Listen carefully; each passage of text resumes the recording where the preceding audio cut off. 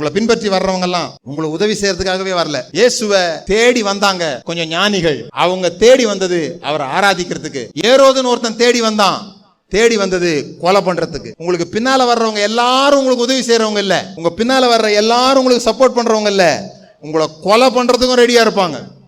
எனக்கு என்ன ஆச்சரியம்னா, இவ்வளோண்டு குழந்தைக்கு இவ்வளவு பெரிய ராஜா ஏன் பயந்தாரு? நாம சின்னவங்களா இருக்கும் போதே சில பெரியவங்க நம்மளை பார்த்து பயப்படுறாங்க. நாம இன்னும் ஒன்றும் செய்யாம இருக்கும் போதே சில பெரியவங்க நம்மளை பார்த்து பயப்படுறாங்க. ஏன் தெரியுமா? எப்பொழுதுமே எதிரி நீங்க எங்க இருக்கிறீங்களோ அதை பார்த்து பயப்படல, எங்க போறீங்களோ அதை பார்த்து பயப்படுறான்.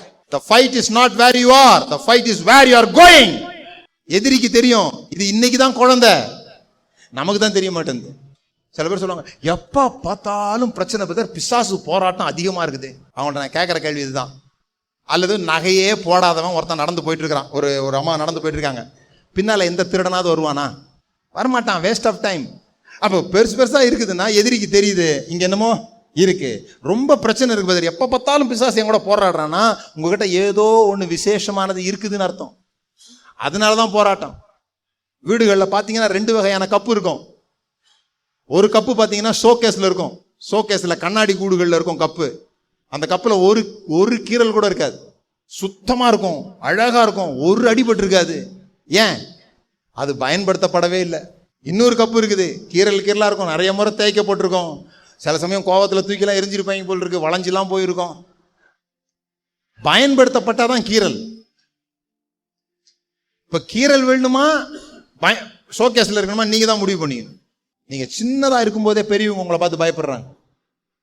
அப்படின்னா தெரிஞ்சுக்கணும், உங்களுக்குள்ள இருக்கிறது பொக்கிஷம், உங்களுக்குள்ள இருக்கிறது மாபெரும் விஷயம்ன்றதை நீங்க என்ன பண்ணணும்? புரிந்து கொள்ளணும். உன் தாளந்து சின்னதா இருக்கும்போது, வளரும் போது மறைச்சு வைக்க கத்துக்கோ, மறைச்சு வைக்க கத்துக்கோ. யோசேப்புடைய பிரச்சனை, சொப்பனத்தை பார்த்த உடனே போய் அண்ணமாட்ட சொன்னான், அவனை பிடிச்சி குழியில போட்டாங்க, சீக்கிரமா வெளிப்படுத்திட்டான். ஆனா மோசேவுடைய அம்மா 3 மாதம் குழந்தையை மறைத்து வைத்திருந்தார். கொஞ்சம் திறமை இருந்த உடனே இம்ப்ரெஸ் பண்ணணும்னு பார்ப்பாங்க. போயிட்டு உங்க முதலாளிக்கே போய் ஆலோசனை சொல்றது, அது இல்லை முதலாளி அப்படின்னு. சூரியனுக்கு டார்ச் அடிக்கக்கூடாது. எவ்வளவு அறிவு இருந்தாலும் உங்க தலைவர்களுக்கு புத்தி சொல்லாதீங்க, அப்பா அம்மாவுக்கு புத்தி சொல்லாதீங்க. பள்ளத்துல இருந்து மேட்டுக்கு தண்ணி என்னைக்கும் பாயாது, மேட்டுல இருந்து தான் பள்ளத்துக்கு தண்ணி பாயும். சில சமயம் இம்ப்ரெஸ் பண்றது, தனக்கு இருக்கிற திறமையை உடனே வெளியே காமிக்கிறது ஆபத்து.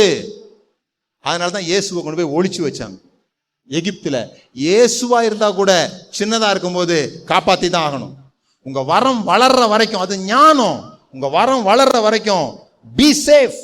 எதிர்ப்புகளை தாங்குகிற பலன் வர்ற வரைக்கும் மறைஞ்சிருக்கிறது ஞானம்.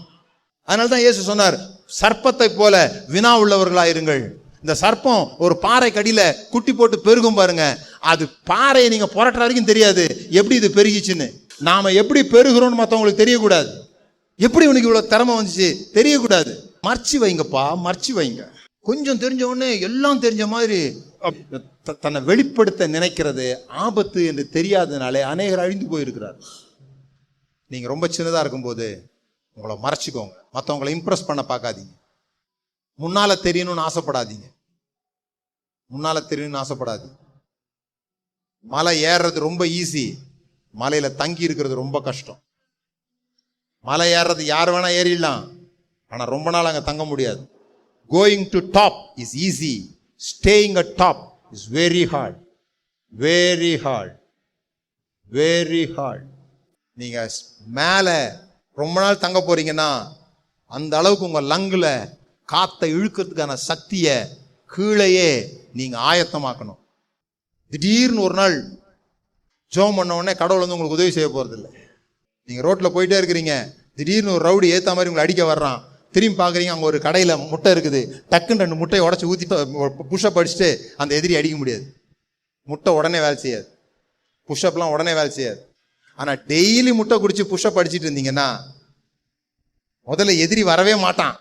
என்ன ஒரு மாதிரி கையெல்லாம் ஒரு மாதிரி இருக்குது அப்படின்னு போயிடுவான். அப்படியே வந்தாலும் நீங்க சமாளிச்சிட முடியும். டெய்லி எக்ஸசைஸ் தேவை, டெய்லி எக்ஸசைஸ் தேவை, டெய்லி பயிற்சி தேவை.